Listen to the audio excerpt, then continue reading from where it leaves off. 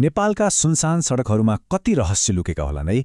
आज म एउटा यस्तै घटनाको बारेमा कुरा गर्दैछु जहाँ दुईजना साथीहरूको लागि एउटा सामान्य रातको यात्रा जीवनकै सबैभन्दा डरलाग्दो अनुभव बन्न पुग्यो। र होइन, यो कुनै फिल्मको कथा होइन, यो त साँच्चीकै घटेको घटना हो। एकछिन सोच्नुहोस् त, मध्यरातको समय छ, घना जङ्गलको बीचबाट जाने एउटा सुनसान बाटो, अनि बाक्लो कुहिरोले चारैतिर ढाकेको छ। यस्तोमा एउटा मोटरसाइकलको मधुरो हेडलाइटले कति नै बाटो देखाउला र।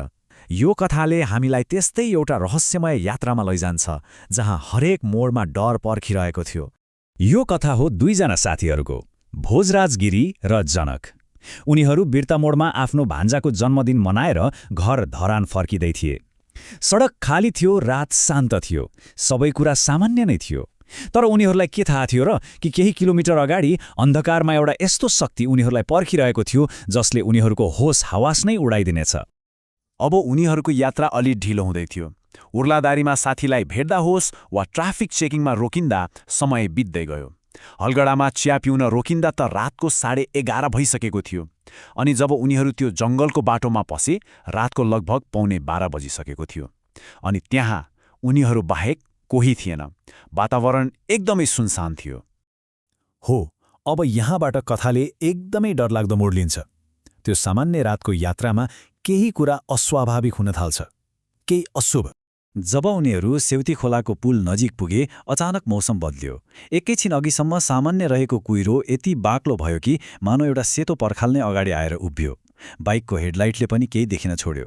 अनि त्यो चिसो, त्यो जाडोको सामान्य चिसो थिएन, त्यो त जिउ नै सिरिङाउने, भित्रैसम्म काँप्ने खालको चिसो थियो। त्यही अस्वाभाविक चिसो र कुहिरोको बीचमा भोजराजको दाहिने खुट्टा थरथर काँप्न थाल्यो। तर यो चिसोले होइन, उनको नियन्त्रणभन्दा बाहिर थियो त्यो कम्पन। भित्रैदेखि एउटा डर, एउटा सङ्केत जस्तो कि केही नराम्रो हुन लागेको छ। अनि उनले त्यो देखे, सडकको छेउमा कुहिरोको बीचमा एउटा सेतो आकृति। बाइक नजिक पुग्दा उनीहरूको सासै रोकिएला जस्तो भयो, किनकि त्यो कुनै मान्छे थिएन। त्यसको टाउको थिएन, खुट्टा पनि थिएनन्। त्यो सेतो कपडा लगाएको शरीर जमिनभन्दा केही माथि हावामा तैरिरहेको थियो। उनीहरू त के गर्ने के नगर्ने, हेरेको हेरै। त्यत्तिकैमा पछाडिबाट एउटा एम्बुलेन्स आयो, साइरन बजाउँदै। अनि त्यो एम्बुलेन्स त्यो सेतो आकृतिको ठिक बीचबाटै छिरेर गयो। तर त्यो आकृति टसको मस भएन, 1 इन्चै पनि सरेन। त्यतिबेला उनीहरूको होस हवास नै उड्यो। उनीहरूले बुझिसकेका थिए यो कुनै मान्छे होइन। त्यहाँबाट उनीहरूले बाइक यसरी कुदाए कि बस ज्यान जोगाउनु थियो। उनीहरूलाई लाग्यो ल अब बाँचियो। तर त्यो त केवल सुरुवात थियो, किनकि त्यो चिजले उनीहरूको पिच्छा छोडेको थिएन। त्यो त भोजराजको घरसम्मै पुगिसकेको थियो। भोलिपल्ट बिहान रातको त्यो डरलाग्दो घटना बिर्सिन खोज्दै भोजराज सुतिरहेका थिए। तर एक्कासी कोठामा एउटा कालो छाया देखियो। अनि त्यो छाया सिधै उनको छातीमा आएर बस्यो र उनको घाँटी अठ्याउन थाल्यो। अब त्यो सडकमा देखिएको भूत घरभित्रै पसेर उनीमाथि आक्रमण गर्न थालिसकेको थियो। यो एकपटक मात्र भएन। पहिलो पटक जसोतसो उनले आफ्नो अन्तिम शक्ति लगाएर देवी दन्तकालीलाई सम्झे, अनि त्यो छाया गायब भयो। तर डरले काँप्दै उनले आँखा चिम्लिन साथ त्यो फेरि आयो, फेरि त्यसै गरी घाँटी समात्यो। अब त पक्का भयो त्यो चिजले उनलाई सजिलै छोड्नेवाला थिएन। जब भोजराजले यो भयानक अनुभव आफ्नो साथी जनकलाई सुनाए, उनले सुरुमा पत्याएनन्। जनकलाई लाग्यो भोजराजले उनलाई डराउन खोज्दैछ, मजाक गर्दैछ। तर जब उनले त्यो प्रमाण आफ्नो आँखाले देखे, त्यसपछि उनको पनि होस उड्यो।